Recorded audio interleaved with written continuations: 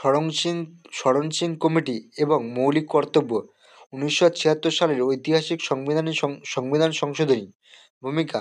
ভারতের সংবিধান তার মৌলিক কাঠামোর মধ্যে দেশের নাগরিকদের অধিকার এবং দায়িত্বের মধ্যে একটি ভারসাম্য রক্ষার চেষ্টা করে।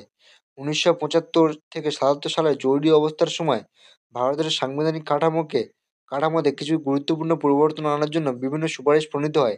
এই প্রেক্ষাপটে নাগরিকদের মৌলিক কর্তব্য সম্পর্কে সুপারিশ দেওয়ার জন্য সর্দার শরণ সিং কমিটি গঠন করা হয়। সংবিধানের মৌলিক কর্তব্যের একটি অধ্যায় সংযোজনের মাধ্যমে কেবল নাগরিকদের অধিকারের উপর জোর দেওয়া নয়, বরং তাদের দায়িত্ব পালন করার প্রয়োজনীয়তাও তুলে ধরা হয়। এই নিবন্ধে শরণ সিং কমিটি এর গঠন, সুপারিশ এবং ভারতের সংবিধানে মৌলিক কর্তব্য যুক্ত করার প্রস্তাব বিস্তারিতভাবে আলোচনা করা হয়েছে। শরণ সিং কমিটির গঠন ও প্রেক্ষাপট: 1975 সালে ঘোষিত অভ্যন্তরীণ জরুরি অবস্থার সময় ভারতীয় রাজনীতিতে অনেক পরিবর্তন ঘটে। জরুরি অবস্থার এই সময়ে নাগরিকদের অধিকারের পাশাপাশি তাদের দায়িত্বের গুরুত্ব অনুধাবন করে সর্দার শরণ সিং কমিটি গঠন করা হয়।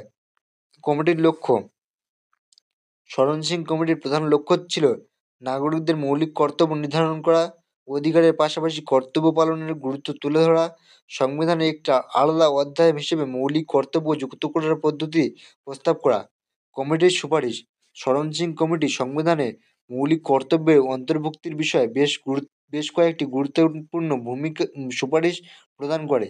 সংবিধানে মৌলিক কর্তব্যের একটি পৃথক অধ্যায় অন্তর্ভুক্ত করা, নাগরিকদের তাদের কর্তব্য সম্পর্কে সচেতন করা এবং অধিকারের পাশাপাশি এই দায়িত্বগুলিও সমান গুরুত্বপূর্ণ তা বোঝানো। 8টি মৌলিক কর্তব্য সংযোজনের প্রস্তাব দেওয়া, যা নাগরিকদের নৈতিক এবং সামাজিক আচরণের নির্দেশ করে। 42তম সংবিধান সংশোধনী আইন 1976 এবং মৌলিক কর্তব্য। শরণ সিং কমিটির সুপারিশ অনুসরণ করে কেন্দ্রের কংগ্রেস সরকার 1976 সালে 42তম সংবিধান সংশোধনী আইন প্রণয়ন করে।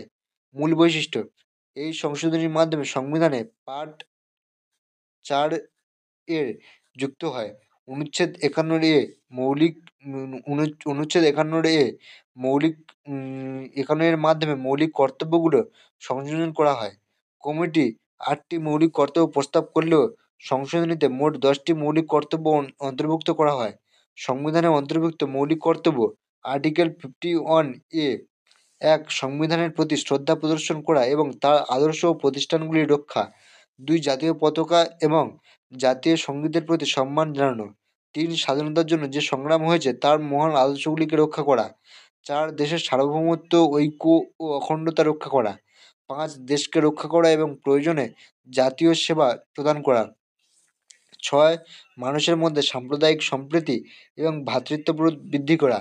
7. পরিবেশ, বন্যপ্রাণী এবং প্রাকৃতিক সম্পদের সুরক্ষা। 8. বিজ্ঞান এবং মানবতাবোধের বিকাশ ঘটানো। 9. ব্যক্তিগত এবং সমষ্টিক উন্নতিতে অবদান রাখা। 10. জনসম্পত্তি রক্ষা করা এবং হিংসার মাধ্যমে ধ্বংস প্রতিরোধ করা। শরণ সিং কমিটির সুপারিশের প্রভাব: ইতিবাচক দিক: ন্যায় বিচারের ধারণা জোরদার। সংবিধানে মৌলিক কর্তব্য যুক্ত হওয়ার ফলে নাগরিকদের সামাজিক ও নৈতিক আচরণের দায়িত্ববোধ বৃদ্ধি পেয়েছে। অধিকার কর্তব্য ভারসাম্য: এটি সংবিধানের অধিকার ও কর্তব্যের মধ্যে ভারসাম্য রক্ষা করে।